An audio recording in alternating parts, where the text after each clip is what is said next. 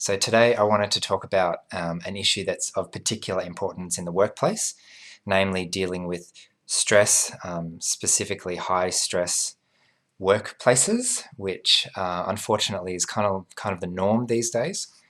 I know for myself, I have the ability for an intense hyper focus that can be extremely productive, but at the same time, it still takes it out of me, and I need to make sure that I don't overwork myself. I have been constantly amazed by what some neurotypicals seem to be able to endure in terms of overwork and just more and more and more, and they just keep going and they never sleep and they do 80-hour weeks, and I just don't get it. I know not everyone's like that, but it seems to me like your average person sort of burns out slowly, like in weeks and months and years. I had a colleague at work who was doing some insane hours for months. I just did not know how he did it, where he fit in sleep and things like that. And then eventually he was able to pick up, actually, this is not working out. Actually, I need to spend some time with my kids. Something really, really straightforward like that. And he was able to step back and do less and relieve himself of some of the responsibilities and things like that. Whereas for me, I can burn out so quickly that it's really hard to manage that kind of stuff. I once heard someone describe autism as an intensely focused life. And I thought, yeah, that kind of makes sense. Because when I am focusing on something, I give it absolutely everything, which means I can get 12 hours work done in 4 hours, but then I can't do anything for the rest of the day, right? So asking me to work for 5 hours is like asking someone to work for 16 hours. It's just a massive amount of effort. And if I keep doing that, working extreme 5-hour days, it won't be long before I'll be at the point that someone else might take months or years to get to.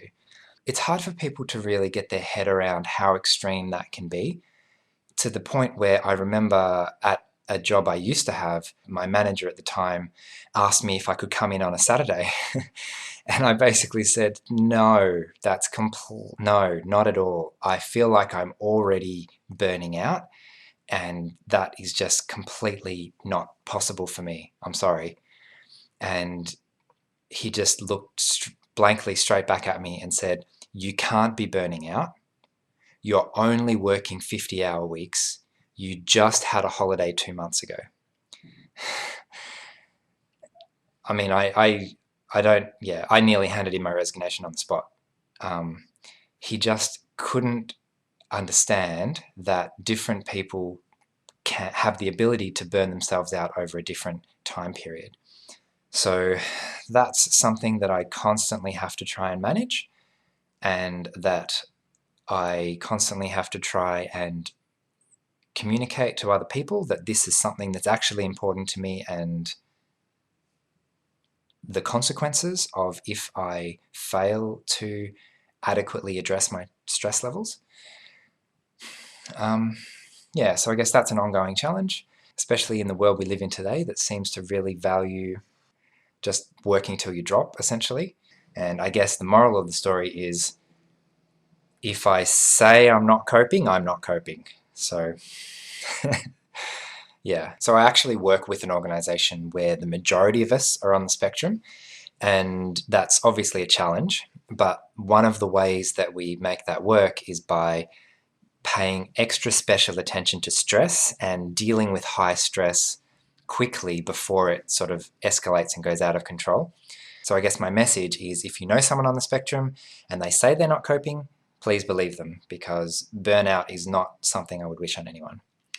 So yeah, that's it for me. Thanks for watching, and I'll see you again another time.